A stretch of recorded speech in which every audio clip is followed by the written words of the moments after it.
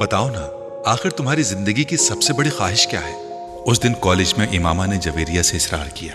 जवेरिया कुछ देर उसका चेहरा देखती रही। मेरी ख्वाहिश है कि तुम मुसलमान हो जाओ। इमामा को जैसे करंट सा लगा। उसने शौक और बेयकीनी के आलम में जवेरिया को देखा। वो धीमे लहजे में कहती जा रही थी, तुम मेरी इतनी अच्छी और गहरी दोस्त हो कि मुझे ये सोचकर तकलीफ होती है कि तुम गुमराही के रास्ते पर चल रही हो और तुम्हें इसका एहसास तक नहीं है। न सिर्फ तुम बल्कि तुम्हारी पूरी फैमिली। मेरी ख्वाहिश है कि नेक अमाल पर अगर अल्लाह मुझे जन्नत में भेजे तो तुम मेरे साथ हो, लेकिन उसके लिए मुसलमान होना तो जरूरी है। इमामा के चेहरे पर एक के बाद एक रंग आ रहा था। कुछ देर बाद वो कुछ बोलने के काबिल हो सकी। मैं तवक्को नहीं कर सकती थी जवेरिया कि तुम मुझसे तहरीम जैसी बातें करोगी। तुम्हें तो मैं अपना दोस्त समझती थी, मगर तुम भी। जवेरिया ने नरमी से उसकी बात काट दी। तहरीम ने तुमसे तब जो कुछ कहा था वो ठीक कहा था। इमामा पलकें झपकाए बगैर उसे देखती रही। उसे जवेरिया की बातों से बहुत तकलीफ हो रही थी, और सिर्फ आज नहीं, मैं उस वक्त भी तहरीम को सही समझती थी, मगर मेरी तुम्हारे साथ दोस्ती थी और मैं चाहने के बाद तुमसे ये नहीं कह सकी कि मैं तहरीम को हक बजानिब समझती हूं। अगर वो ये कहती थी कि तुम मुसलमान नहीं हो तो ये ठीक था, तुम मुसलमान नहीं हो। इमामा की आंखों में आंसू आ गए। कुछ भी कहे बगैर वो झटके से उठ खड़ी हुई। जवेरिया भी उसके साथ खड़ी हो गई। इमामा ने कुछ कहे बगैर वहां से जाने की कोशिश की, मगर जवेरिया ने उसका बाजू पकड़ लिया। तुम मेरा बाजू छोड़ दो, मुझे जाने दो। आइंदा कभी तुम मुझसे बात तक मत करना। इमामा ने भिर्राए हुए लहजे में उससे अपना बाजू छुड़ाने की कोशिश करते हुए कहा। इमामा, मेरी बात समझने की कोशिश करो। इमामा ने उसकी बात काट दी। तुमने कितना हर्ट किया है मुझे जवेरिया। मुझे कम से कम तुमसे ये उम्मीद नहीं थी। मैं तुम्हें हर्ट नहीं कर रही हूं, हकीकत बता रही हूं। रोने या जज्बात में आने के बजाय तुम ठंडे दिलो दिमाग से मेरी बात सोचो। मैं आखिर तुमको बेकार किसी बात पर हर्ट क्यों करूंगी? जवेरिया ने उसका बाजू नहीं छोड़ा। यह तो तुम्हें पता ही होगा कि तुम मुझे हर्ट क्यों कर रही हो, मगर मुझे आज यह अंदाजा जरूर हो गया है कि तुम में और तहरीम में कोई फर्क नहीं है, मगर तुमने तो मुझे उससे भी ज्यादा तकलीफ पहुंचाई है।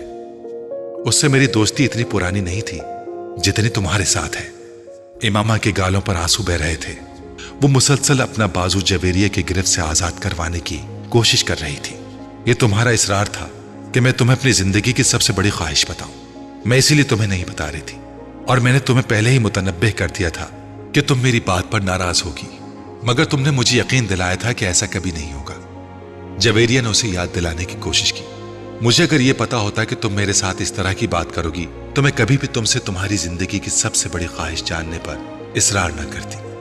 इमामा ने इस बार कदरे गुस्से में कहा, अच्छा, मैं दोबारा इस मामले पर तुमसे बात नहीं करूंगी। जवेरिया ने कदरे मदाफियाना अंदाज में कहा, इससे क्या होगा? मुझे यह तो पता चल गया है कि तुम दर हकीकत मेरे बारे में क्या सोचती हो। हमारी दोस्ती अब कभी भी पहले जैसी नहीं हो सकती।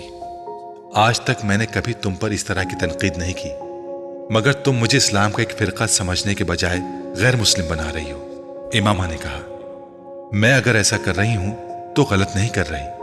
इस्लाम के तमाम फिरके कम से कम ये ईमान जरूर रखते हैं कि हुजूर सल्लल्लाहु अलैहि वसल्लम अल्लाह के आखिरी रसूल हैं और उनके बाद नबूवत का सिलसिला खत्म हो चुका है। इस बार जवेरिया को भी गुस्सा आ गया।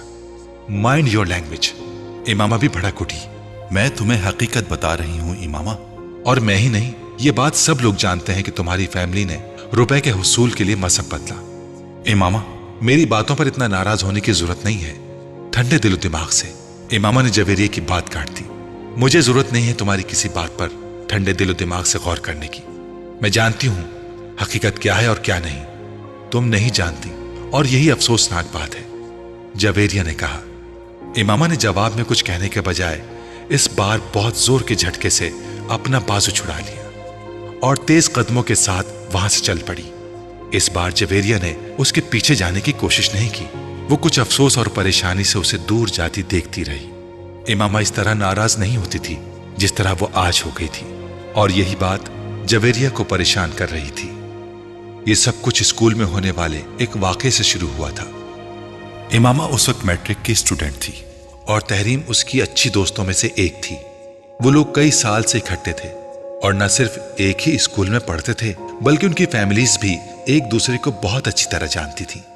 अपने फ्रेंड्स में से इमामा की सबसे ज्यादा दोस्ती तहरीम और जवेरिया से थी, मगर उसे हैरत होती थी कि इतनी गहरी दोस्ती के बावजूद भी जवेरिया और तहरीम उसके घर आने से कतराती थीं। इमामा हर साल अपनी सालगिरह पर उन्हें इनवाइट करती और अक्सर वो अपने घर पर होने वाली दूसरी तकरीबात में भी उन्हें मदऊ करती, मगर वो घर से इजाजत ना मिलने का बहाना बना देती। चंद बार इमामा ने खुद उन दोनों के वालिदैन से इजाजत लेने के लिए बात की, लेकिन उसके बेतहाशा इसरार के बावजूद उन दोनों के वालिदैन उन्हें उसके घर आने की इजाजत ना देते। उनके रवैये पर कुछ शाकी होकर उसने अपने वालिदैन से शिकायत की, तुम्हारी ये दोनों फ्रेंड्स सैयद हैं, ये लोग आम तौर पर हमारे फिरके को पसंद नहीं करते, इसीलिए इन दोनों के वालिदैन इन्हें हमारे घर नहीं आने देते। एक बार उसकी अम्मी ने उसकी शिकायत पर कहा, ये क्या बात हुई, हमारे फिरके को क्यों पसंद नहीं करते? इमामा को उनकी बात पर ताज्जुब हुआ। अब ये तो वही लोग बता सकते हैं कि वो हमारे फिरके को क्यों पसंद नहीं करते, ये तो हमें गैर मुस्लिम भी कहते हैं। उसकी अम्मी ने कहा, क्यों गैर मुस्लिम कहते हैं, हम तो गैर मुस्लिम नहीं हैं। इमामा ने कुछ उलझ कर कहा, हाँ बिल्कुल, हम मुसलमान हैं, मगर ये लोग हमारे नबी पर यकीन नहीं रखते। उसकी अम्मी ने कहा, क्यों? अब इस क्यों का मैं क्या जवाब दे सकती हूँ? अब ये लोग यकीन नहीं रखते, कट्टर हैं बड़े। ये तो उन्हें क़यामत के दिन ही पता चलेगा कौन सीधे रास्ते पर था, हम या। मगर अम्मी, मुझसे तो उन्होंने कभी मजहब पर बात नहीं की, फिर मजहब मसला कैसे बन गया? इससे क्या फर्क पड़ता है? फिर दूसरे के घर आने जाने से क्या होता है? इमामा अभी भी उलझी हुई थी। ये बात उन्हें कौन समझाए? ये लोग हमें झूठा कहते हैं, हालांकि खुद इन्हें हमारे बारे में कुछ पता नहीं, बस मौलवियों के कहने में आकर हम पर चढ़ दौड़ते हैं। इन्हें हमारे बारे में और हमारे नबी की तालीमात के बारे में कुछ पता हो तो ये लोग इस तरह ना करें। शायद फिर इन्हें कुछ शऊर आ जाए और ये लोग भी हमारी तरह राह रास्त पर आ जाए। तुम्हारी फ्रेंड्स अगर तुम्हारे घर नहीं आती तो तुम्हें परेशान होने की कोई जरूरत नहीं, तुम भी उनके घर मत जाया करो। मगर अम्मी, उनकी गलत फहमियां तो दूर होनी चाहिए मेरे बारे में। इमामा ने एक बार फिर कहा, यह काम तुम नहीं कर सकती। उन लोगों के माँ बाप मुसलसल अपने बच्चों की हमारे खिलाफ ब्रेन वॉशिंग करते रहते हैं, उनके दिलों में हमारे खिलाफ जहर भरते रहते हैं। नहीं अम्मी, वो मेरी बेस्ट फ्रेंड्स हैं, उनको मेरे बारे में इस तरह नहीं सोचना चाहिए। मैं उन लोगों को अपनी किताबें पढ़ने के लिए दूंगी ताकि उनके दिल में मेरे बारे में ये गलत फहमियां दूर हो सकें, फिर हो सकता है ये हमारे नबी को भी मान जाए। इमामा ने कहा। उसकी अम्मी कुछ सोचने पड़ गई। आपको मेरी तजवीज पसंद नहीं आई? ऐसा नहीं है, तुम जरूर उन्हें अपनी किताबें दो, मगर इस तरीके से नहीं कि उन्हें यह लगे कि तुम अपने फिरके की तरवीज के लिए उन्हें ये किताबें दे रही हो। तुम उन्हें यह कहकर किताबें देना कि तुम चाहती हो कि वो हमारे बारे में जाने, हमको ज्यादा बेहतर तरीके से समझ सकें, और उनसे यह भी कहना कि इन किताबों का जिक्र वो अपने घर वालों से ना करें, वरना वो लोग ज्यादा नाराज हो जाएंगे। इमामा ने उनकी बात पर सर हिला दिया। उसके चंद दिनों बाद इमामा स्कूल में कुछ किताबें लेकर गई थी। ब्रेक के दौरान जब वो ग्राउंड में आकर बैठी तो इमामा अपने साथ वो किताबें भी ले आई। मैं तुम्हारे और जवेरिया के लिए कुछ लेकर आई हूं। क्या लाई हो, दिखाओ। इमामा ने शॉपर से वो किताबें निकाल ली और उन्हें 2 हिस्सों में तकसीम करते हुए उन दोनों की तरफ बढ़ा दिया। वो दोनों इन किताबों पर नजर डालते ही कुछ चुप सी हो गई। जवेरिया ने इमामा से कुछ नहीं कहा, मगर तहरीम यकदम कुछ उखड़ गई। ये क्या है? उसने सर महरी से पूछा। ये किताबें मैं तुम्हारे लिए लाई हूं, इमामा ने कहा। क्यों? ताकि तुम लोगों की गलत फहमियां दूर हो सकें। किस तरह की गलत फहमियां? वही गलत फहमियां जो तुम्हारे दिल में है, हमारे मजहब के बारे में है। इमामा ने कहा। तुमसे किसने कहा कि तुम्हारे मजहब या तुम्हारे नबी के बारे में कुछ गलत फहमियां हैं? तहरीम ने बड़ी संजीदगी से पूछा। मैं खुद अंदाजा कर सकती हूँ, सिर्फ इसी वजह से तुम लोग हमारे घर नहीं आते।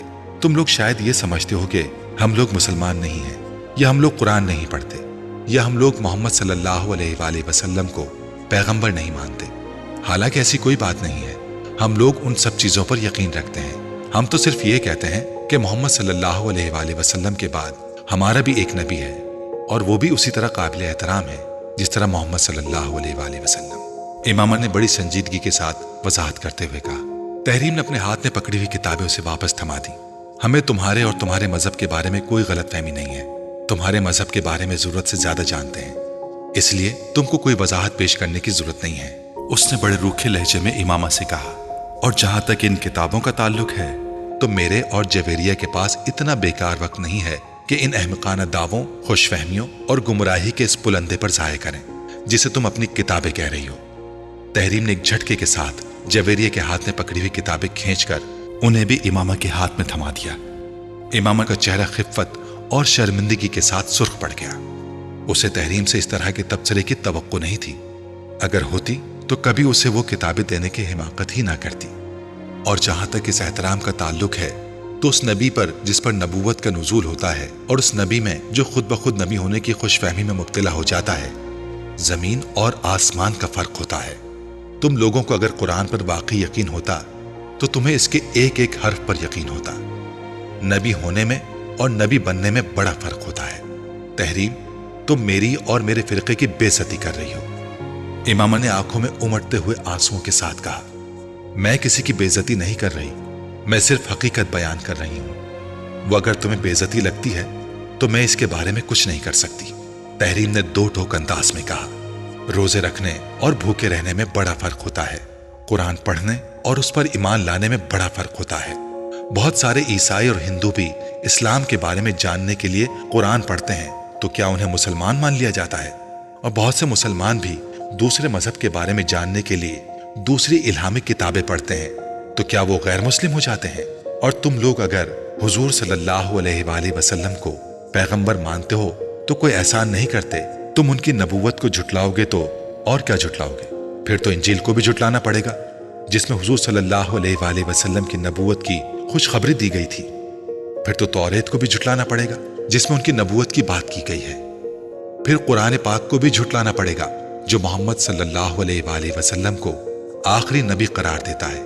اور سب سے بڑی بات یہ ہے کہ اگر تمہارا نبی محمد صلی اللہ علیہ وآلہ وسلم کی نبوت کو جھٹلاتا ہے تو وہ ان مناظروں کی کیا توجیہ پیش کرتا ہے جو وہ نبوت کا دعویٰ کرنے سے پہلے کئی سال عیسائی پادریوں سے محمد صلی اللہ علیہ وآلہ وسلم کی نبوت اور اسلام کے آخری دین ہونے پر کرتا رہا۔ اس لیے امام ہاشم، تم ان چیزوں کے بارے میں بحث کرنے کی کوشش مت کرو جن کے بارے میں تمہیں سرے سے کچھ پتا ہی نہیں۔ تمہیں نہ اس مذہب کے بارے میں پتا ہے جس پر تم چل رہی ہو، اور نہ اس کے بارے میں جس پر تم بات کر رہی ہو۔ تحریم نے دو ٹوک انداز میں کہا، اور میں ایک چیز بتا دوں تمہیں، دین میں کوئی جبر نہیں ہوتا۔ تم لوگ محمد صلی اللہ علیہ وآلہ وسلم کی نبوت کے ختم ہونے کا انکار کرتے ہو تو ہمارے پیغمبر صلی اللہ علیہ وآلہ وسلم کو کوئی فرق نہیں پڑتا، مگر ہم محمد صلی اللہ علیہ وآلہ وسلم کی نبوت پر یقین رکھتے ہیں۔ امامہ نے اس بات پر زور دیتے ہوئے کہا، تو پھر ہم انجیل پر بھی یقین رکھتے ہیں، اسے الہامی کتاب مانتے ہیں۔ حضرت عیسیٰ علیہ السلام کی نبوت پر یقین رکھتے ہیں، تو کیا ہم کرسچن ہیں؟ اور ہم تو حضرت موسیٰ علیہ السلام، حضرت داؤد علیہ السلام کی نبوت پر بھی یقین رکھتے ہیں، تو کیا پھر ہم یہودی ہیں؟ تحریم نے کچھ تمسخر سے کہا، لیکن ہمارا دین اسلام ہے، کیونکہ ہم محمد صلی اللہ علیہ وآلہ وسلم کے پیروکار ہیں، اور ہم ان پیغمبروں پر یقین رکھنے کے باوجود نہ عیسائیت کا حصہ ہیں نہ یہودیت کا، بالکل اسی طرح تم لوگوں کا نبی ہے کیونکہ تم اس کے پیروکار ہو۔ ویسے تم لوگ تو ہمیں بھی مسلمان نہیں سمجھتے، ابھی تم اصرار کر رہی ہو کہ تم اسلام کا ایک فرقہ ہو، جبکہ تمہارے نبی اور اس کے بعد آنے والی تمہاری جماعت کے تمام لیڈرز کا دعویٰ ہے کہ جو مرزا کی نبوت پر یقین نہیں رکھتا وہ مسلمان ہی نہیں ہے۔ تو اسلام سے تو تم لوگ تمام مسلمان کو پہلے ہی خارج کر چکے ہو۔ ایسا کچھ بھی نہیں ہے، میں نے ایسا کب کہا؟ امامہ نے قدرے لڑکھڑاتے ہوئے لہجے میں کہا، تو پھر تم اپنے والد سے ذرا اس معاملے میں ڈسکس کرو، وہ تمہیں خاصی اپ ٹو ڈیٹ انفارمیشن دیں گے اس بارے میں۔ تمہارے مذہب کے خاصے سرکردہ رہنما ہیں وہ، تحریم نے کہا، اور جو یہ کتابیں تم ہمیں پیش کر رہی ہو انہیں خود پڑھا ہے تم نے؟ نہیں پڑھا ہوگا، ورنہ تمہیں پتا ہوتا ہے ان سرکردہ رہنماؤں کے بارے میں۔ جویریہ تحریم کی ساری گفتگو کے دوران خاموش رہی تھی، وہ صرف کنکھیوں سے امامہ کو دیکھتی رہی تھی۔ اللہ تعالیٰ کہتا ہے کہ محمد صلی اللہ علیہ وآلہ وسلم اس کے آخری نبی ہیں، اور میرے پیغمبر صلی اللہ علیہ وآلہ وسلم اس پر گواہی دیتے ہیں کہ وہ اللہ کے آخری نبی ہیں، اور میری کتاب مجھ تک یہ دونوں باتیں بہت صاف، واضح اور دو ٹوک انداز میں پہنچا دیتی ہیں، تو پھر مجھے کسی اور شخص کے ثبوت اور اعلان کی ضرورت نہیں ہے، سمجھی؟ تحریم نے اپنے ایک ایک لفظ پر زور دیتے ہوئے کہا، بہتر ہے تم اپنے مذہب کو یا ہمارے مذہب کو زیر بحث لانے کی کوشش نہ کرو۔ اتنے سالوں سے دوستی چل رہی ہے، چلنے دو۔ جہاں تک تمہارے گھر نہ آنے کا تعلق ہے تو ہاں یہ بالکل ٹھیک ہے، میرے والدین کو تمہارے گھر آنا پسند نہیں ہے۔ یہاں اسکول میں تم سے دوستی اور بات ہے، بہت سے لوگوں سے دوستی ہوتی ہے ہماری، اور دوستی میں عام طور پر مذہب آڑے نہیں آتا، لیکن گھر میں آنا جانا کچھ مختلف چیز ہے۔ انہیں شاید میری کسی عیسائی یا یہودی या हिंदू दोस्त के घर जाने पर एतराज ना हो, लेकिन तुम्हारे घर जाने पर है, क्योंकि वो लोग अपने मजहब को मानते हैं। वो अपने आप को मुसलमान नहीं कहते, जिस मजहब से ताल्लुक होता है वही बताते हैं। और यह भी हकीकत है कि जितना तुम लोगों को नापसंद किया जाता है उतना उन लोगों को नहीं किया जाता, क्योंकि तुम लोग सिर्फ पैसे के हुसूल और अच्छे मुस्तकबिल के लिए ये नया मजहब इख्तियार करके हमारे दीन में घुसने की कोशिश कर रहे हो। मगर क्रिश्चियन, हिंदू या यहूदी ऐसा नहीं करते। इमामा ने बेइख्तियार उसे टोका। किस पैसे की बात कर रही हो तुम हमारी फैमिली को जानती हो। हमारे लोग शुरू से ही बहुत अमीर हैं। हमें कौन सा रुपया पैसा मिल रहा है इस मजहब पर रहने के लिए। हाँ, तुम बड़े खुशहाल हो, मगर शुरू से तो ऐसे नहीं थे। तुम्हारे दादा मुसलमान थे मगर गरीब आदमी थे। वो काश्तकारी किया करते थे, एक छोटे काश्तकार थे। रबुआ से कुछ फासले पर उनकी थोड़ी बहुत जमीन थी। फिर तुम्हारे ताया ने अपने किसी दोस्त के तवस्सुत से वहां जाना शुरू कर दिया और ये मजहब इख्तियार कर लिया और बेतहाशा अमीर हो गए, क्योंकि उन्हें वहां से बहुत ज्यादा पैसा मिला। फिर आहिस्ता आहिस्ता तुम्हारे वालिद और तुम्हारे चचा ने भी अपना मजहब बदल लिया। फिर तुम लोगों का खानदान इस मुल्क के मुतम्मविल तरीन खानदान में शुमार होने लगा। और ये काम करने वाले तुम लोग वाहिद नहीं हो, ज्यादातर इसी तरीके से लोगों को इस मजहब का पैरोकार बनाया जा रहा है। इमामा ने कुछ भड़कते हुए उसकी बात को काटा। तुम झूठ बोल रही हो। तुम्हें यकीन नहीं आ रहा तो तुम अपने घर वालों से पूछ लेना कि इस कदर दौलत किस तरह आई उनके पास और अभी भी किस तरह आ रही है। तुम्हारे वालिद इस मजहब की तबलीग करते हैं। हर साल लाखों डॉलर्स आते हैं उन्हें गैर मुल्की मिशंस और एनजीओ से। तहरीम ने कुछ तहकीर आमेज अंदाज में कहा, यह झूठ है, सफेद झूठ। इमामा ने बेइख्तियार कहा, मेरे बाबा किसी से कोई पैसा नहीं लेते। वो अगर इस फिरके के लिए काम करते हैं तो क्या गलत है? क्या दूसरे फिरकों के लिए काम नहीं किया जाता? दूसरे फिरकों के भी तो उलमा होते हैं या ऐसे लोग जो उन्हें सपोर्ट करते हैं। दूसरे फिरकों को यूरोपीय मिशन से रुपया नहीं मिलता। मेरे बाबा को कहीं से भी कुछ नहीं मिलता। इमामा ने एक बार फिर कहा। तहरीम ने उसकी बात के जवाब में कुछ नहीं कहा। वो उठकर खड़ी हुई। इमामा ने उसे जाते हुए देखा, फिर गर्दन मोड़कर अपने पास बैठी जवेरिया की तरफ देखा। क्या तुम भी मेरे बारे में ऐसा ही सोचती हो? तहरीम ने गुस्से में आकर तुमसे ये सब कुछ कहा है, तुम इसकी बातों को बुरा मत मानो। जवेरिया ने उसे तसल्ली देने की कोशिश की। तुम इन सब बातों को छोड़ो, आओ क्लास में चलते हैं, ब्रेक खत्म होने वाली है। जवेरिया ने कहा तो वो उठ खड़ी हो गई। उस दिन वो घर वापस आकर अपने कमरे में बंद होकर रोती रही। तहरीम की बातों ने उसे वाकई बहुत दिल बर्दाश्ता और मायूस किया था। हाशिम मुबीन उस दिन शाम को ही ऑफिस से घर वापस आ गए। वापस आने पर उन्हें सलमा से पता चला कि इमामा की तबीयत खराब है। वो उसका हाल अहवाल पूछने उसके कमरे में चले आए।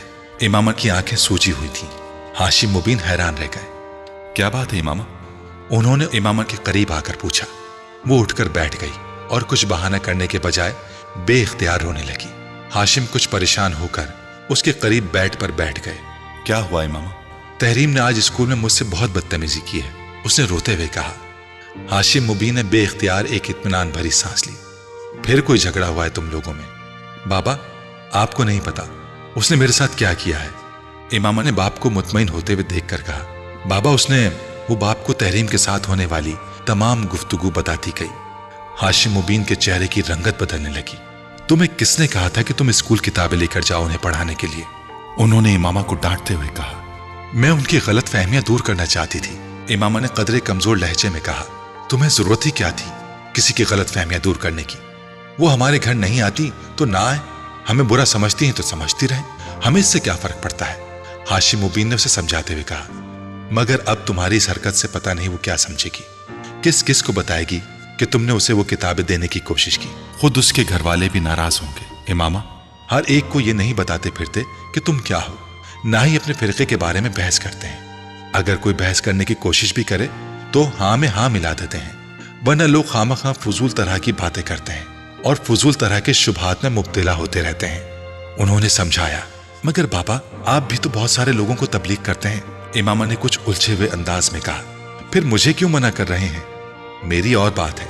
मैं सिर्फ उन्हीं लोगों से मजहब की बात करता हूँ जिनसे मेरी बहुत बेतकल्लुफी हो चुकी होती है और जिनके बारे में मुझे ये महसूस हो कि इन पर मेरी तरगीब और तबलीग का असर हो सकता है। मैं 2-4 दिन की मुलाकात में किसी को किताबें बांटना शुरू नहीं हो जाता। हाशिम मुबीन ने कहा। बाबा, उनसे मेरी दोस्ती 2-4 दिन की नहीं है, ہم کئی سالوں سے دوست ہیں۔ امامہ نے اعتراض کیا، ہاں مگر وہ دونوں سید ہیں اور دونوں کے گھرانے بہت مذہبی ہیں، تمہیں یہ بات ذہن میں رکھنی چاہیے تھی۔ میں نے تو صرف اپنے فرقے کے بارے میں بتانے کی کوشش کی تھی تاکہ وہ ہمیں غیر مسلم تو نہ سمجھیں۔ امامہ نے کہا، اگر وہ ہمیں غیر مسلم سمجھتے ہیں تو ہمیں بھی کیا فرق پڑتا ہے، وہ خود غیر مسلم ہیں۔ ہاشم مبین نے بڑی عقیدت سے کہا، وہ تو خود گمراہی کے راستے پر ہیں۔ بابا وہ کہہ رہی تھی کہ آپ کو غیر ملکی مشن سے روپیہ ملتا ہے، NGO سے روپیہ ملتا ہے تاکہ آپ لوگوں کو ہمارے فرقے کا پیروکار بنائیں۔ ہاشم مبین نے تنفر سے گردن کو جھٹکا، مجھے صرف اپنی جماعت سے روپیہ ملتا ہے، اور وہ بھی وہ روپیہ ہوتا ہے جو ہماری اپنی کمیونٹی اندرون ملک اور بیرون ملک سے اکٹھا کرتی ہے۔ ہمارے پاس اپنے روپے کی کیا کمی ہے؟ ہماری اپنی فیکٹریز نہیں ہیں کیا؟ اور اگر مجھے غیر ملکی مشنز اور NGO سے روپیہ ملے تو بھی میں بڑی خوشی سے لوں گا۔ آخر اس میں برائی کیا ہے؟ دین کی خدمت کر رہا ہوں، اور جہاں تک اپنے مذہب کی ترویج و تبلیغ کی بات ہے تو اس میں بھی کیا برائی ہے؟ اگر اس ملک میں عیسائیت کی تبلیغ ہو سکتی ہے تو ہمارے فرقے کی کیوں نہیں؟ ہم تو ویسے بھی اسلام کا ایک فرقہ ہے، لوگوں کو راہ ہدایت پر لانے کی کوشش میں مصروف ہیں۔ ہاشم مبین نے بڑی تفصیل کے ساتھ بتایا، مگر تم لوگوں سے اس معاملے پر بات مت کیا کرو، اس بحث و مباحثے کا کوئی فائدہ نہیں ہوتا۔ ابھی ہم لوگ اقلیت میں ہیں، جب اکثریت میں ہو جائیں گے تو پھر اس طرح کے لوگ اتنی بے خوفی کے ساتھ اس طرح بڑھ بڑھ کر بات نہیں کر سکیں گے، پھر وہ اس طرح ہماری تذلیل کرتے ہوئے ڈریں گے۔ مگر فی الحال ایسے لوگوں کے منہ نہیں لگنا چاہیے۔ بابا، آئین میں ہمیں اقلیت اور غیر مسلم کیوں قرار دیا گیا ہے؟ جب ہم اسلام کا ایک فرقہ ہے تو پھر انہوں نے ہمیں غیر مسلم کیوں ٹھہرایا؟ امامہ کو تحریم کی کہی ہوئی ایک اور بات یاد آئی، یہ سب مولویوں کی کارستانی ہے۔ اپنے اپنے مقاصد کے حصول کے لیے وہ ہم سب کے خلاف اکٹھے ہو گئے تھے۔ ہماری تعداد بھی زیادہ ہو جائے گی تو پھر ہم اپنی مرضی سے قوانین بنوائیں گے اور پھر اس طرح کی تمام ترمیمات کو آئین میں سے ہٹا دیں گے۔ ہاشم مبین نے پرجوش انداز میں کہا، اور تمہیں اس طرح بے وقوفوں کی طرح کمرے میں بند ہو کر رونے کی ضرورت نہیں ہے۔ ہاشم مبین نے اس کے پاس سے اٹھتے ہوئے کہا، امامہ انہیں جاتے ہوئے دیکھ رہی تھی۔ تحریم کے ساتھ وہ اس کی دوستی کا آخری دن تھا اور اس میں تحریم سے زیادہ خود اس کا رویہ وجہ تھا۔ وہ تحریم کی باتوں سے اس حد تک دل برداشتہ ہوئی کہ اب تحریم کے ساتھ دوبارہ پہلے جیسے تعلقات قائم رکھنا اس کے لیے مشکل ہو گیا تھا۔ خود تحریم نے بھی اس کی اس خاموشی کو پھلانگنے یا توڑنے کی کوشش نہیں کی۔ ہاشم مبین احمدی جماعت کے سرکردہ رہنماؤں میں سے ایک تھے۔ ان کے بڑے بھائی اعظم مبین احمد بھی جماعت کے عام رہنماؤں میں سے ایک تھے۔ ان کے پورے خاندان میں سے چند ایک کو چھوڑ کر باقی تمام افراد بہت سال پہلے اس وقت قادیانیت اختیار کر گئے تھے جب اعظم مبین احمد نے اس کام کا آغاز کر دیا تھا۔ جن لوگوں نے قادیانیت اختیار نہیں کی تھی وہ باقی لوگوں سے قطع تعلق کر چکے تھے۔ اپنے بڑے بھائی اعظم مبین کے نقش قدم پر چلتے ہوئے ہاشم مبین نے بھی یہ مذہب اختیار کر لیا۔ اعظم مبین ہی کی طرح انہوں نے اپنے مذہب کے فروغ اور تبلیغ کے لیے کام کرنا بھی شروع کر دیا۔ 10-15 سالوں میں وہ دونوں بھائی اس تحریک کے سرکردہ رہنماؤں میں شمار ہونے لگے۔ اس کی وجہ سے انہوں نے بے تحاشا پیسہ کمایا اور اس پیسے سے انہوں نے سرمایہ کاری بھی کی، مگر ان کی آمدنی کا بڑا ذریعہ تحریک کی تبلیغ کے لیے میسر ہونے والے فنڈز ہی تھے۔ ان کا شمار اسلام آباد کی ایلیٹ کلاس میں ہوتا تھا۔ بے تحاشا دولت ہونے کے باوجود ہاشم اور اعظم مبین کے گھر کا ماحول روایتی تھا۔ ان کی خواتین باقاعدہ پردہ کیا کرتی تھیں، مگر اس کا یہ مطلب نہیں تھا کہ ان خواتین پر ناروا پابندیاں یا کسی قسم کا جبر روا رکھا گیا تھا۔ اس مذہب کی خواتین میں تعلیم کا تناسب پاکستان میں کسی بھی مذہب کے مقابلے میں ہمیشہ سے ہی زیادہ رہا ہے۔ ان لوگوں نے اعلیٰ تعلیم بھی معروف اداروں سے حاصل کی ہے۔ امامہ بھی اس قسم کے ماحول میں پلی بڑھی تھی۔ وہ یقیناً ان لوگوں میں سے تھی جو منہ میں سونے کا چمچہ لے کر پیدا ہوتے ہیں، اور اس نے ہاشم مبین کو بھی کسی قسم کی مالی مسائل سے گزرتے نہیں دیکھا۔ یہی وجہ تھی کہ اس کے لیے تحریم کی یہ بات ناقابل یقین تھی کہ اس کے خاندان نے پیسہ حاصل کرنے کے لیے یہ مذہب اختیار کیا۔ غیر ملکی مشنز اور بیرون ملک سے ملنے والے فنڈز کا الزام بھی اس کے لیے ناقابل قبول تھا۔ وہ یہ بات اچھی طرح جانتی تھی کہ ہاشم مبین اس مذہب کی تبلیغ اور ترویج کرتے ہیں اور تحریک کے سرکردہ رہنماؤں میں سے ایک ہیں، مگر یہ کوئی خلاف معمول بات نہیں تھی۔ وہ شروع سے ہی اس سلسلے میں اپنے تایا اور والد کی سرگرمیوں کو دیکھتی آ رہی تھی۔ اس کے نزدیک یہ کام ایسا تھا جو وہ اسلام کی تبلیغ اور ترویج کے لیے کر رہے تھے۔ اپنے گھر والوں کے ساتھ وہ کئی بار مذہبی اجتماعات میں بھی جا چکی تھی اور سرکردہ رہنماؤں کے لندن سے سیٹلائٹ کے ذریعے ہونے والے خطبات کو بھی باقاعدگی سے سنتی اور دیکھتی آ رہی تھی۔ تحریم کے ساتھ ہونے والے جھگڑے سے پہلے اس نے کبھی اپنے مذہب کے بارے میں غور کرنے کی کوشش نہیں کی۔ اس کے لیے اپنا فرقہ ایسا ہی تھا جیسے اسلام کا کوئی دوسرا فرقہ۔ اس کی برین واشنگ بھی اسی طرح کی گئی تھی کہ وہ سمجھتی تھی کہ صرف وہی سیدھے راستے پر ہے، بلکہ وہی جنت میں جائیں گے۔ اگرچہ گھر میں بہت شروع میں ہی اسے باقی بہن بھائیوں کے ساتھ یہ نصیحت کر دی گئی تھی کہ وہ بلا وجہ لوگوں کو یہ نہ بتائیں کہ وہ دراصل کیا ہے۔ اسکول میں تعلیم کے دوران ہی وہ یہ بھی جان گئی تھی کہ 1974 میں انہیں پارلیمنٹ نے ایک غیر مسلم اقلیت قرار دیا تھا۔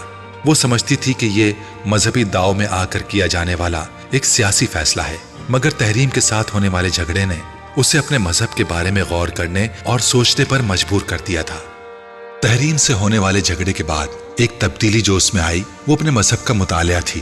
تبلیغی مواد کے علاوہ، ان کتابوں کے علاوہ جنہیں اس مذہب کے ماننے والے مقدس سمجھتے تھے، اس نے اور بھی بہت سی کتابوں کا مطالعہ کرنا شروع کر دیا، اور بنیادی طور پر اسی زمانے میں اس کی الجھنوں کا آغاز ہوا۔ مگر کچھ عرصے مطالعے کے بعد اس نے ایک بار پھر ان الجھنوں اور اضطراب کو اپنے ذہن سے جھٹک دیا۔ میٹرک کے فوراً بعد اسجد سے اس کی منگنی ہو گئی۔ وہ اعظم مبین کا بیٹا تھا۔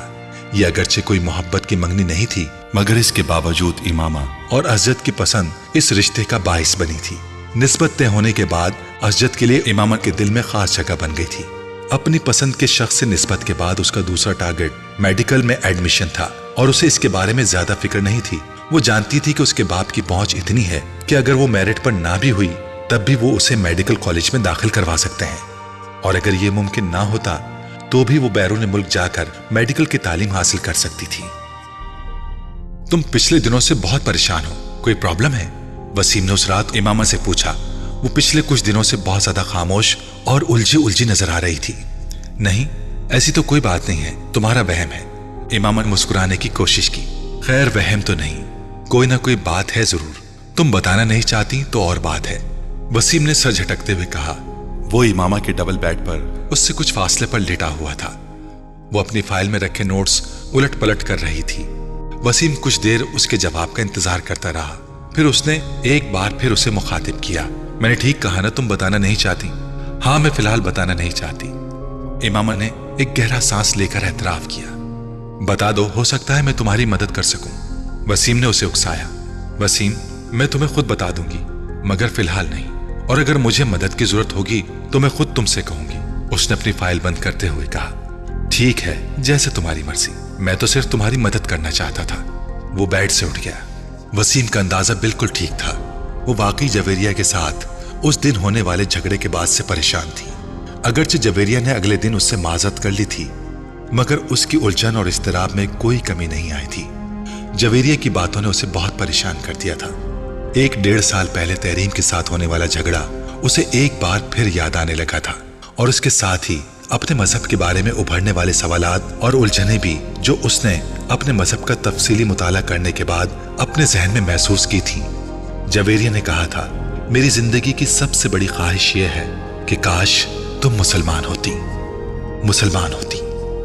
وہ عجیب سی بے یقینی میں مبتلا ہو گئی تھی۔ کیا میں مسلمان نہیں ہوں؟ کیا میری بہترین دوست بھی مجھے مسلمان نہیں مانتی؟ کیا یہ سب کچھ صرف ایک پروپیگنڈے کی وجہ سے ہے جو ہمارے بارے میں کیا جاتا ہے؟ آخر ہمارے ہی بارے میں کیوں یہ سب کچھ کہا جاتا ہے؟ کیا ہم لوگ واقعی کوئی غلط کام کر رہے ہیں، کسی غلط عقیدے کو اختیار کر بیٹھے ہیں؟ مگر یہ کیسا ہو سکتا ہے؟ آخر میرے گھر والے ایسا کیوں کریں گے، اور پھر ہماری ساری کمیونٹی ایسا کیوں کرے گی؟ اور شاید ان سوالوں سے نجات پانے کی ایک کوشش تھی کہ ایک ہفتے بعد اس نے ایک بہت بڑے عالم دین کی قرآن پاک کی تفسیر خریدی۔ وہ جاننا چاہتی تھی کہ ان کے بارے میں دوسرے فریق کا موقف کیا ہے۔ قرآن پاک کا ترجمہ وہ اس سے پہلے بھی پڑھ رہی تھی، مگر وہ تحریف شدہ حالت میں تھا۔ اسے اس سے پہلے اس بات کا یقین نہیں تھا کہ جو قرآن پاک وہ پڑھتے ہیں اس میں کئی جگہوں پر کچھ تبدیلیاں کی گئی ہیں، مگر اس مشہور عالم دین کی تفسیر پڑھنے کے دوران اسے ان تبدیلیوں کے بارے میں معلوم ہو گیا جو ان کے اپنے قرآن میں موجود تھیں۔ اس نے یہ کے بعد دیگر مختلف فرقوں کے اداروں میں شائع ہونے والے قرآن پاک کے نسخوں کو دیکھا۔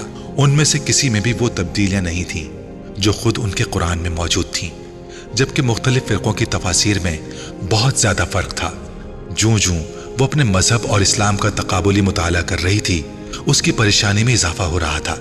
ہر تفسیر آخری نبی پیغمبر اسلام صلی اللہ علیہ وآلہ وسلم کو ہی ٹھہرایا گیا تھا۔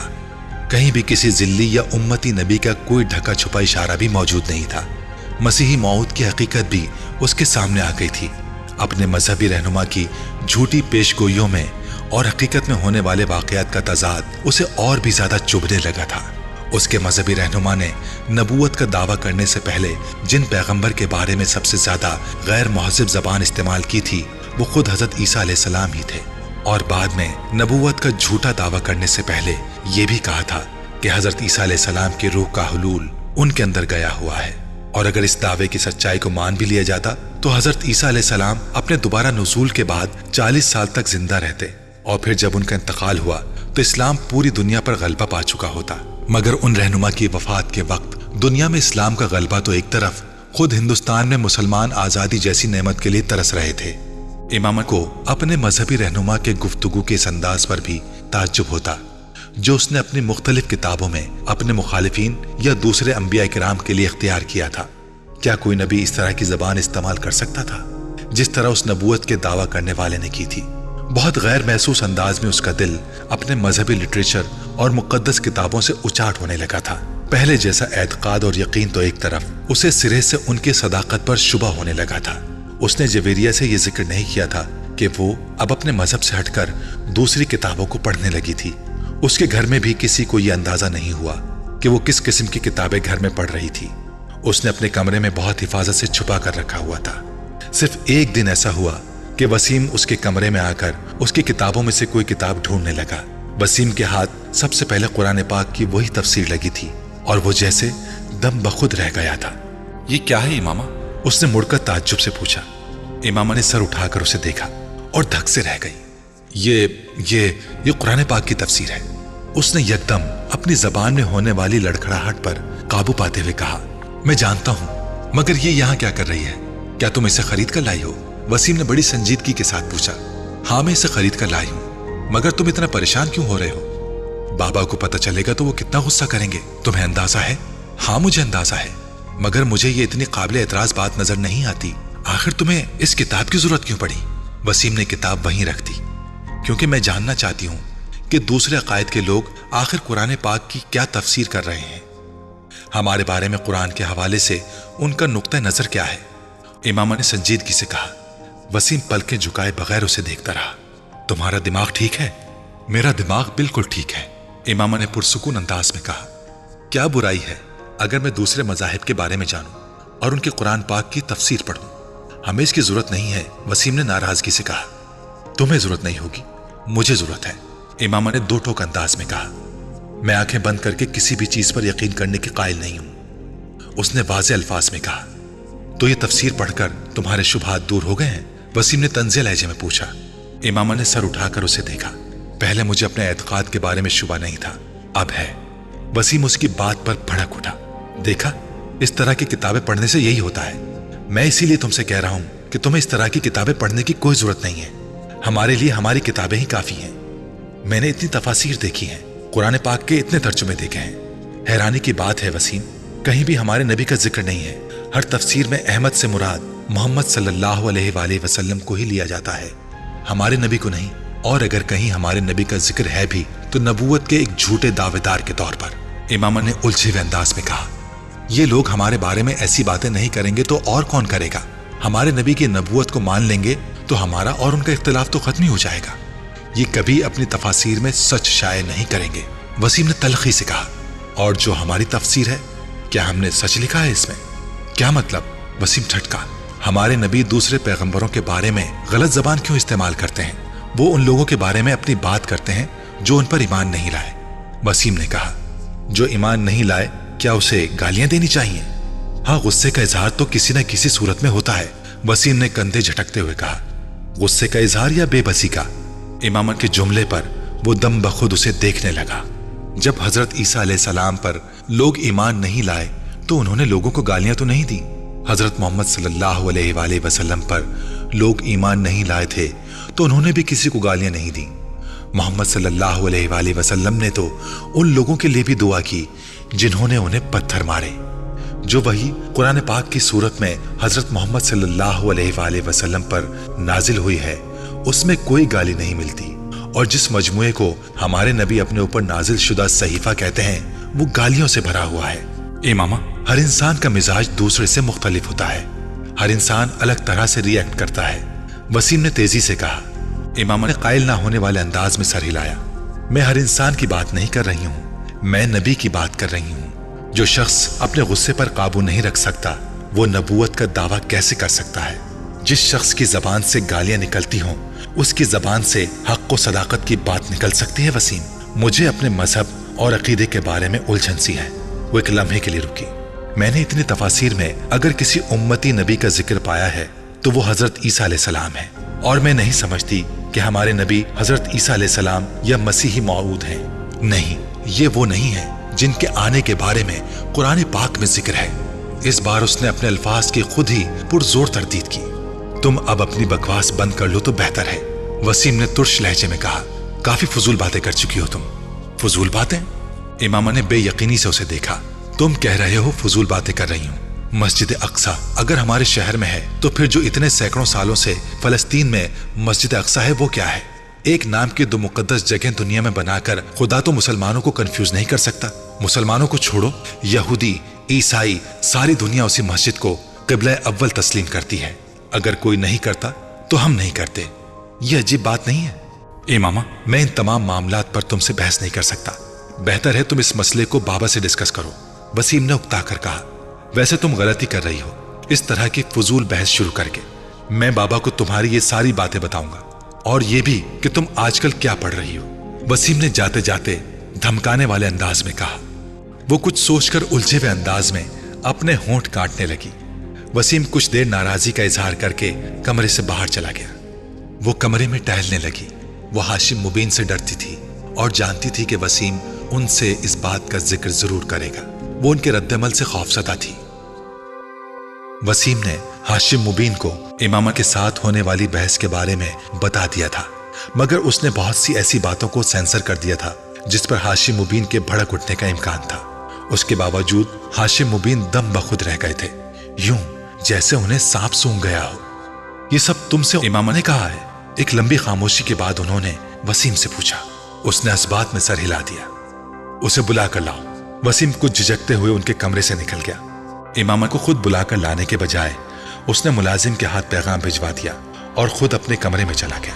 وہ امامہ اور ہاشم مبین کی گفتگو کے دوران موجود رہنا نہیں چاہتا تھا۔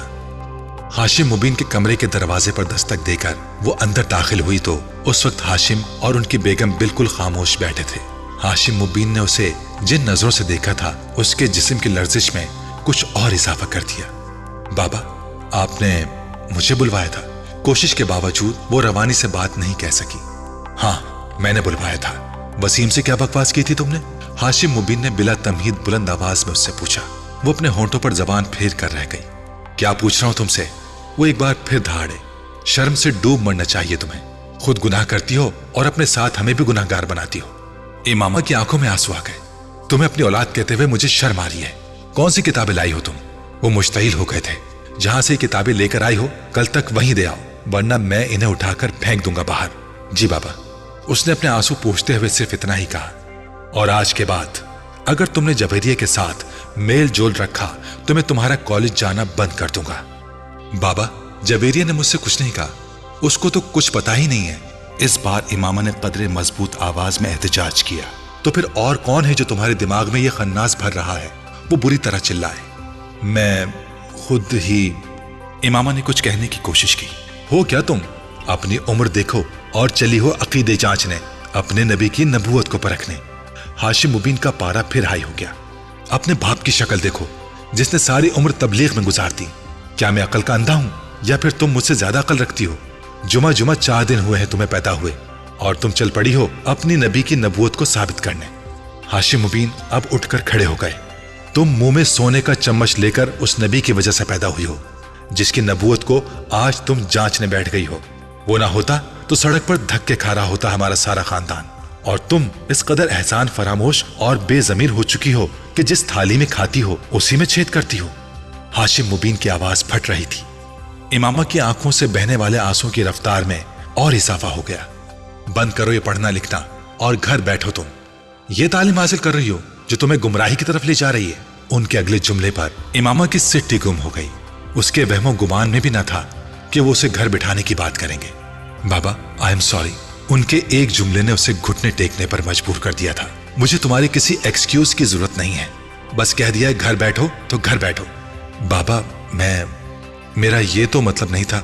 पता नहीं वसीम उसने आपसे किस तरह बात की है। उसके आंसू और तेजी से बहने लगे। फिर भी मैं आपसे कह रही हूं कि आइंदा ऐसा कुछ नहीं पढ़ूंगी, ना ही ऐसी कोई बात करूंगी, प्लीज बाबा। उसने मिन्नत की। उन माजरतों का सिलसिला वहीं खत्म नहीं हुआ था। अगले कई दिन तक वो हाशिम मुबीन से माफी मांगती रही और फिर तकरीबन एक हफ्ते बाद वो नर्म पड़ गए थे। उन्होंने उसे कॉलेज जाने की इजाजत दे दी थी, मगर उस एक हफ्ते में वो अपने पूरे घर की लानत और मलामत का शिकार रही। हाशिम मुबीन ने उसे सख्त किस्म की तंबीह के बाद कॉलेज जाने की इजाजत दी थी, मगर उसे एक हफ्ते के दौरान उन लोगों के रवैये ने उसे अपने अकीदे से मजीद मुतनफ्फिर किया था। उसने उन किताबों को पढ़ने का सिलसिला रोका नहीं था। बस फर्क ये था, पहले वो उन्हें घर ले आती थी और अब वो उन्हें कॉलेज की लाइब्रेरी में पढ़ लिया करती थी। एफएससी में मेरिट लिस्ट पर आने के बाद उसने मेडिकल कॉलेज में एडमिशन ले लिया था। जवेरिया को भी उसी कॉलेज में एडमिशन मिल गया था। उनकी दोस्ती में अब पहले से ज्यादा मजबूती आ गई थी। उसकी बुनियादी वजह इमामा के जहन में आने वाली तब्दीली थी। सबीहा से इमामा की पहली मुलाकात इत्तफाकन हुई थी। जवेरिया की एक कजन सबीहा की क्लास फेलो थी।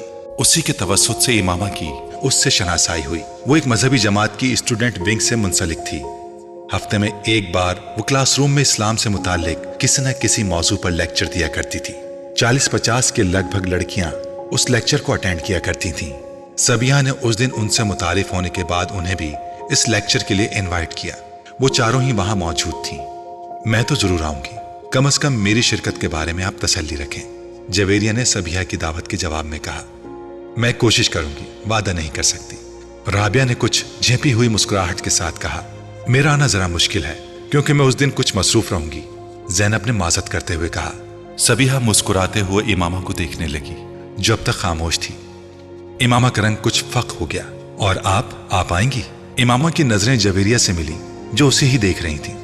वैसे इस बार किस मौजू पर करेंगी आप? इससे पहले कि इमामा कुछ कहती, जवेरिया ने सबीहा की तवज्जो अपनी तरफ मबजूल करा ली। शायद ऐसा उसने दानिस्ता तौर पर किया था। इस बार असराफ के बारे में बात होगी। इस एक आदत की वजह से हमारा मुआशरा कितनी तेजी से ज़वाल पजीर हो रहा है और उसके सद्देबाब के लिए क्या क्या किया जा सकता है, इसी मौजू पर गुफ्तगू होगी। सबीहा ने जवेरिया को तफसील से बताया। आपने बताया नहीं इमामा, आप आ रही हैं? जवेरिया से बात करते करते सबीहा एक बार फिर इमामा की तरफ मुतवज्जे हो गई। इमामा का रंग एक बार फिर बदला। मैं देखूंगी, उसने झिझकते हुए कहा। मुझे खुशी होगी अगर जवेरिया के साथ आप तीनों भी आएं। अपने दीन की बुनियादी तालीमात के बारे में हमें रोज नहीं तो कभी कभार कुछ इल्म हासिल करने की कोशिश करनी चाहिए। सिर्फ मैं ही लेक्चर नहीं देती हूँ, हम जितने लोग भी इकट्ठे होते हैं उनमें से कोई भी इस मौजू पर गुफ्तगू करने के लिए आज़ाद होता है जिसे हमने मुंतखब किया होता है। और अगर आप में से कोई भी खास मौजू के हवाले से बात करना या कुछ बताना चाहें तो हम लोग भी उसे अरेंज कर सकते हैं। सबीहा बड़ी सहूलत से बात कर रही थी। फिर कुछ देर बाद जवेरिया और उसकी कजन के हमरा उनके कमरे से बाहर चली गई। कॉरिडोर में सबीहा ने जवेरिया से कहा, आप कम से कम इमामा को तो साथ ले आए। मुझे लगा है कि वो आना चाह रही हैं। उसका अकीदा बिल्कुल अलग है, वो कभी ऐसी महफिलों में शिरकत नहीं करेगी, जवेरिया ने संजीदगी से उसे बताया। सबीहा कुछ हैरान हुई। आपको चाहिए कि आप उन्हें इस्लाम का मुतालिया करने की दावत दें। हो सकता है इस तरह वो सही और गलत का फर्क कर सकें। सबीहा ने चलते हुए कहा, मैं एक बार ऐसी कोशिश कर चुकी हूँ। वो बहुत नाराज हो गई थी और मैं नहीं चाहती कि हम दोनों की इतनी लंबी दोस्ती इस तरह खत्म हो। जवेरिया ने कहा, अच्छे दोस्त वही होते हैं जो एक दूसरे को गुमराही से बचाएं और आप पर भी फर्ज है कि आप ऐसा ही करें। सबीहा ने कहा, वो ठीक है, मगर कोई बात सुनने पर तैयार ना हो तो तब भी सही बात कहते रहना फर्ज है। हो सकता है कोई दूसरा आपकी बात पर गौर करने पर मजबूर हो जाए। सबीहा अपनी जगह दुरुस्त थी, इसलिए वो मुस्कुरा कर रह गई। तुम जाओगे उसका लेक्चर सुनने? सबीहा के निकलने के बाद ज़ैनब ने राबिया से पूछा। नहीं, मेरा कोई इरादा नहीं है, मैं ऐसे लेक्चर हजम नहीं कर सकती, राबिया ने अपनी किताबें उठाते हुए लापरवाही से कहा। इमामा ज़ैनब और जवेरिया के बरक्स वो कदरे आज़ाद ख्याल थी और ज़्यादा मजहबी रुझान भी नहीं रखती थी। वैसे मैंने सबीहा की खासी तारीफ सुनी है, ज़ैनब ने राबिया की बात के जवाब में कहा। ज़रूर सुनी होगी, बोलती तो वाकई अच्छा है और मैंने तो ये भी सुना है कि उसके वालिद भी किसी मजहबी जमात से मुंसलिक हैं। जाहिर है फिर असर तो होगा। رابعہ نے اس کی معلومات میں اضافہ کیا۔ امامہ ان سے کچھ دور ایک کونے میں اپنی کتاب لیے بیٹھی بظاہر ان کا مطالعہ کرنے میں مصروف تھی، مگر ان دونوں کی گفتگو بھی ان تک پہنچ رہی تھی۔ اس نے شکر کیا کہ ان دونوں نے اسے اس گفتگو میں گھسیٹنے کی کوشش نہیں کی۔ 3 دن بعد امامہ مقررہ وقت پر ان لوگوں سے کوئی بہانہ بنا کر لیکچر اٹینڈ کرنے چلی گئی۔ رابعہ، جویریہ اور زینب تینوں ہی اس لیکچر میں نہیں گئیں۔ پھر اس کا ارادہ بدل گیا۔ امامہ نے ان لوگوں کو نہیں بتایا کہ وہ سبیحہ کا لیکچر اٹینڈ کرنے جا رہی تھی۔ سبیحہ امامہ کو دیکھ کر کچھ حیران ہوئی تھی۔ مجھے بہت خوشی ہو رہی ہے آپ کو یہاں دیکھ کر، مجھے آپ کے آنے کی توقع نہیں تھی، سبیحہ نے اس سے گرم جوشی سے ملتے ہوئے کہا۔ یہ پہلا قدم تھا اسلام کی جانب جو امامہ نے اٹھایا تھا۔ اس سارے عرصے میں اسلام کے بارے میں اتنی کتابیں، تفاسیر اور تراجم پڑھ چکی تھی کہ کم از کم وہ کسی بھی چیز سے ناواقف اور انجان نہیں تھی۔ اسراف کے بارے میں اسلامی اور قرآنی تعلیمات اور احکامات سے بھی وہ اچھی طرح واقف تھی، مگر اس کے باوجود سبیحہ کی دعوت کو رد کرنے کے بجائے قبول کرنے میں اس کی پیش نظر صرف ایک ہی چیز تھی۔ وہ اپنے مذہب سے اسلام تک کا وہ فاصلہ طے کرنا چاہتی تھی جو اسے بہت مشکل لگتا تھا۔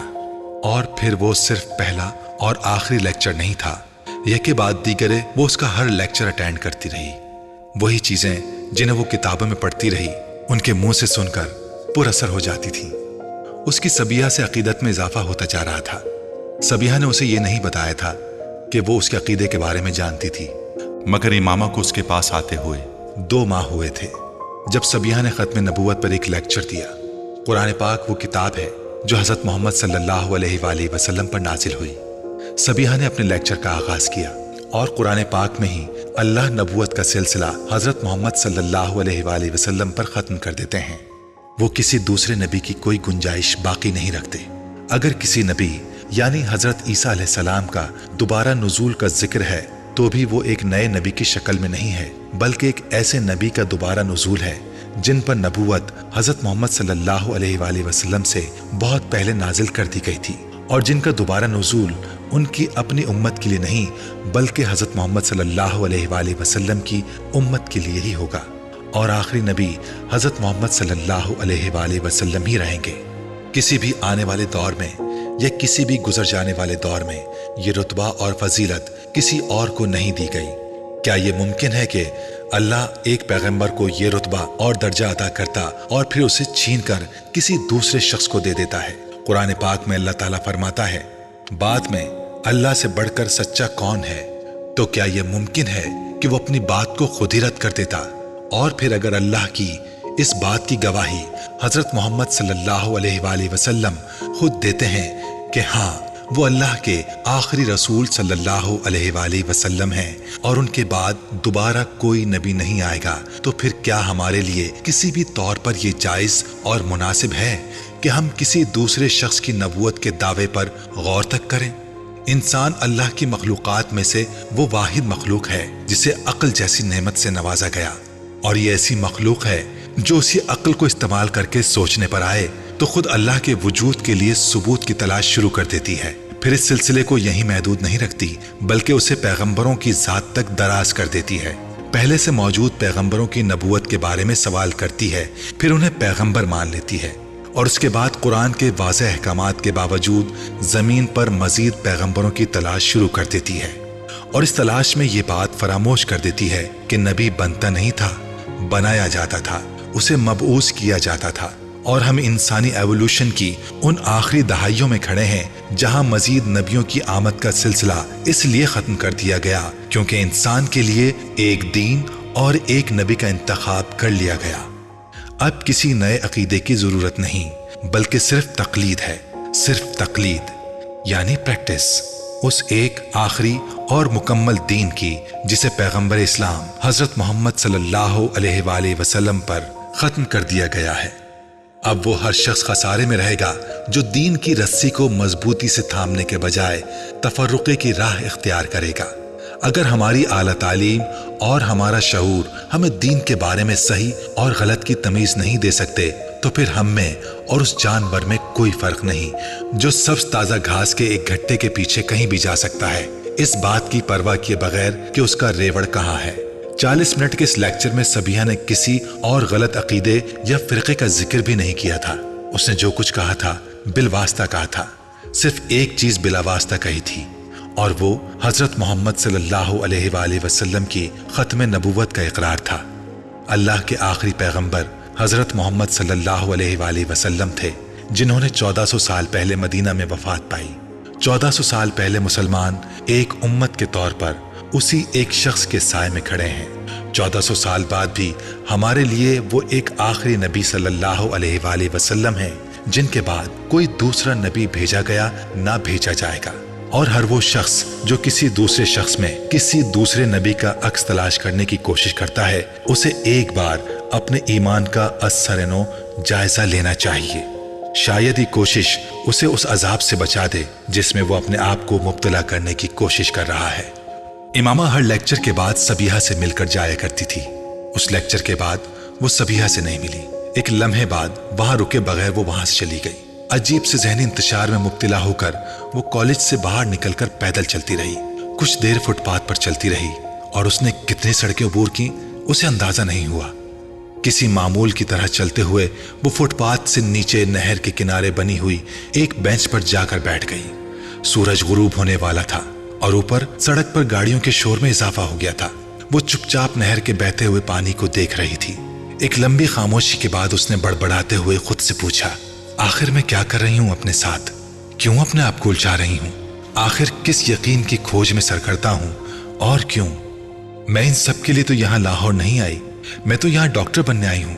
مجھے آئی اسپیشلسٹ بننا ہے۔ پیغمبر پیغمبر پیغمبر، میرے لیے ہر چیز وہاں کیوں ختم ہو جاتی ہے؟ اس نے اپنے دونوں ہاتھوں سے اپنا چہرہ ڈھانپ لیا۔ مجھے اس سب سے نجات حاصل کرنی ہے۔ میں اس طرح اپنی اسٹڈیز پر کبھی توجہ نہیں دے سکتی۔ مذہب اور عقیدہ میرا مسئلہ نہیں ہونا چاہیے۔ صحیح یا غلط جو میرے بڑوں نے دیا وہی ٹھیک ہے۔ میں اب سبیحہ کے پاس نہیں جاؤں گی۔ میں مذہب یا پیغمبر کے بارے میں کبھی نہیں سوچوں گی، کبھی بھی نہیں۔ وہاں بیٹھے بیٹھے اس نے طے کیا تھا۔ رات کو 8 بجے وہ واپس آئی تو جویریہ اور رابعہ کچھ فکر مند سی تھیں، بس ایسے ہی مارکیٹ چلی گئی تھی۔ اس نے ستے ہوئے چہرے کے ساتھ انہیں بتایا، ارے امامہ، تم تو بہت عرصے بعد آئی ہو نا، آخر آنا کیوں چھوڑ دیا تم نے؟ بہت دنوں بعد ایک بار پھر سبیحہ کے پاس پہنچ گئی۔ سبیحہ کا لیکچر شروع ہونے والا تھا۔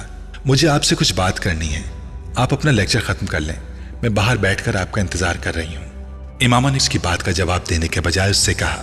ٹھیک 45 منٹ کے بعد جب سبیحہ اپنا لیکچر ختم کرنے کے بعد باہر نکلی تو اس نے امامہ کو باہر کوریڈور میں ٹہلتے پایا۔ وہ سبیحہ کے ساتھ دوبارہ اسی کمرے میں آن بیٹھی جو اب خالی تھا۔ سبیحہ خاموشی سے اس کی طرف سے بات شروع کرنے کا انتظار کرتی رہی۔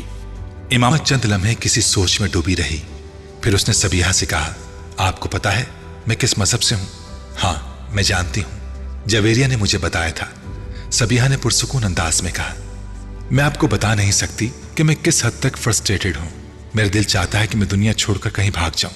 اس نے کچھ دیر بعد سبیحہ سے کہنا شروع کیا، میں اس نے ان دونوں ہاتھوں سے اپنا سر پکڑ لیا۔ مجھے پتا ہے کہ اس نے ایک بار پھر اپنی ادھوری بات چھوڑ دی۔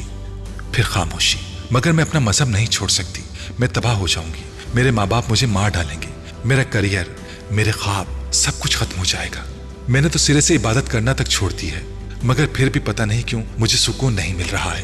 آپ میری صورتحال کو سمجھیں، مجھے لگ رہا ہے یہ سب کچھ غلط ہے اور صحیح کیا ہے مجھے نہیں معلوم۔ امامہ تم اسلام قبول کر لو۔ سبیحہ نے اس کی بات کے جواب میں صرف ایک جملہ کہا، یہ میں نہیں کر سکتی۔ میں آپ کو بتا رہی ہوں میں کتنے مسائل کا شکار ہو جاؤں گی، تو پھر میرے پاس کس لیے آئی ہو؟ سبیحہ نے اسی پرسکون انداز میں کہا۔ وہ اس کا منہ دیکھنے لگی، پھر اس نے بے بسی سے کہا، پتہ نہیں میں آپ کے پاس کس لیے آئی ہوں، تم صرف یہی جملہ سننے آئی ہو جو میں نے تم سے کہا ہے۔ میں تمہیں کوئی دلیل نہیں دوں گی کیونکہ تمہیں کسی سوال کے جواب کی تلاش نہیں ہے۔ ہر سوال کا جواب تمہارے اندر موجود ہے، تم سب جانتی ہو، بس تمہیں اقرار کرنا ہے۔ ایسا ہی ہے نا؟ امامہ کی آنکھوں میں آنسو تیرنے لگے۔ مجھے لگ رہا ہے کہ میرے پاؤں زمین سے اکھڑ چکے ہیں، میں جیسے خلا میں سفر کر رہی ہوں، اس نے بھرائی ہوئی آواز میں کہا۔ سبیحہ نے اس کی بات کا جواب نہیں دیا، وہ بسم اللہ پڑھ رہی تھی۔ امامہ گیلی آنکھوں کے ساتھ اس کا چہرہ دیکھنے لگی۔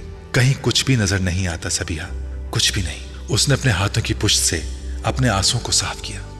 لا الہ الا اللہ۔ سبیحہ کے لب آہستہ آہستہ ہلنے لگے۔ امامہ دونوں ہاتھوں سے چہرہ ڈھانپ کر بچوں کی طرح پھوٹ پھوٹ کر رونے لگی، اور وہ روتے ہوئے سبیحہ کے پیچھے کلمے کے الفاظ دہرا رہی تھی، محمد الرسول اللہ، इमामा ने अगले अल्फाज दोहराए। उसकी आवाज फिर आ गई। इमामा की समझ नहीं आ रहा था उसे इतना रोना क्यों आ रहा था। उसे कोई पछतावा, कोई अफसोस नहीं था, मगर फिर भी उसे अपने आंसुओं पर काबू पाना मुश्किल हो रहा था। बहुत देर तक रोते रहने के बाद उसने जब सर उठाया तो सबिया उसके पास बैठी हुई थी। इमामा गीले चेहरे के साथ उसे देखकर मुस्कुरा दी। राबिया और जवेरिया एक दूसरे का मुंह देख रही थीं और इमामा अपने पांव के अंगूठे के साथ फर्श को रगड़ते हुए किसी सोच में डूबी हुई थी। तुम्हें यह सब कुछ हमें पहले ही बता देना चाहिए था। जवेरिया ने एक तवील वक्फे के बाद उस खामोशी को तोड़ा।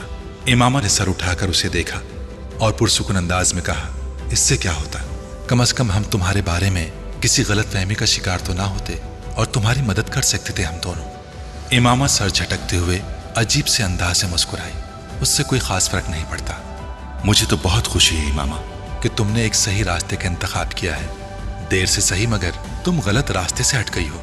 जवेरिया ने उसके पास बैठते हुए नर्म लहजे में कहा, तुम अंदाजा नहीं कर सकती कि मैं इस वक्त तुम्हारे लिए अपने दिल में क्या महसूस कर रही हूँ। इमामा चुपचाप उसे देखती रही। तुम्हें अगर हम दोनों की तरफ से कोई भी मदद की जरूरत हो तो हिचकिचाना मत। तुम्हारी मदद करके हमें खुशी होगी। मुझे वाकई तुम लोगों की मदद की बहुत जरूरत है, बहुत ज्यादा जरूरत है। इमामा ने कहा, मेरी वजह से अगर तुमने अपने मजहब की असलियत जांच कर उसे छोड़ दिया है तो। जवेरिया कह रही थी। इमामा उसका चेहरा देखने लगी। तुम्हारी वजह से? उसने जवेरिया का चेहरा देखते हुए सोचा। उसका जहन उसे कहीं और ले जा रहा था। धुंध में अब एक और चेहरा उभर रहा था। वो उसे देखती रही। वो चेहरा आहिस्ता आहिस्ता वाज़ेह हो रहा था। ज़ेरे आब उभरने वाले किसी नक्श की तरह चेहरा अब वाज़ेह हो गया था। इमामा मुस्कुराई। वो उस चेहरे को पहचान सकती थी। उसने उस चेहरे के होंठों को हिलते देखा। आहिस्ता आहिस्ता वो आवाज सुन सकती थी। वो आवाज सुन रही थी, कतरा मांगे जो तो उसे दरिया दे दे, मुझको कुछ और न दे, अपनी तमन्ना दे दे। मैं सिर्फ ये चाहती हूं कि तुम लोग किसी को कुछ ना बताओ, ज़ैनब को भी नहीं। अपने सर को झटकते हुए उसने जवेरिया और राबिया से कहा था। उन दोनों ने असबात में सर हिला दिया। कुछ नहीं मांगता शाहों से ये शदा तेरा, इसकी दौलत है फकत नक्शे कफे पा तेरा। पूरे कद से मैं खड़ा हूं तो ये तेरा है करम, मुझको झुकने नहीं देता सहारा तेरा। लोग कहते हैं कि साया तेरे पैकर का न था, मैं तो कहता हूं जहां भर पे है साया तेरा। वो उस आवाज को पहचानती थी। ये जलालुन नसर की आवाज थी। इमामा को मेडिकल कॉलेज में चंद रोज हुए थे जब एक वीकेंड पर इस्लामाबाद आने के बाद उसने रात को ज़ैनब के घर लाहौर फोन किया। बेटा, मैं ज़ैनब को बुलाती हूं, तुम होल्ड रखो। ज़ैनब की अम्मी फोन रखकर चली गई। वो रिसीवर कान से लगाए इंतजार करने लगी। कुछ नहीं मांगता शाहों से ये शदा तेरा, इसकी दौलत है फकत नक्शे कफे पा तेरा। मर्दाना आवाज में फोन पर सुनाई देने वाली वो नात इमामा ने पहले भी सुनी थी, मगर उस वक्त जो कोई भी उसे पढ़ रहा था वो कमाल जज्ब से उसे पढ़ रहा था। पूरे कद से खड़ा हूं तो ये तेरा है करम, मुझको झुकने नहीं देता सहारा तेरा। उसे अंदाजा नहीं था कि किसी मर्द की आवाज इतनी खूबसूरत हो सकती है, इस कदर खूबसूरत कि पूरी दुनिया उसकी आवाज की कैद में लगे। इमामा ने अपना सांस रोक लिया। शायद वो सांस लेना भूल गई। लोग कहते हैं कि साया तेरे पैकर का न था, मैं कहता हूं जहां भर पे है साया तेरा। इंसान की जिंदगी में कुछ साहतें साद होती हैं, शब कदर की रात में आने वाली उस सादे साद की तरह जिसे बहुत से लोग गुजर जाने देते हैं, सिर्फ चंद उस साद के इंतजार में हाथ उठाए और झोली फैलाए बैठे होते हैं। उस साद के इंतजार में जो चलते पानी को रोक दे और रुके हुए पानी को रवा कर दे, जो दिल से निकलने वाली दुआ को लबों तक आने से पहले मुकद्दर बना दे। इमाम हाशिम की जिंदगी में वो सादे साद शब कदर की किसी रात को नहीं आई थी।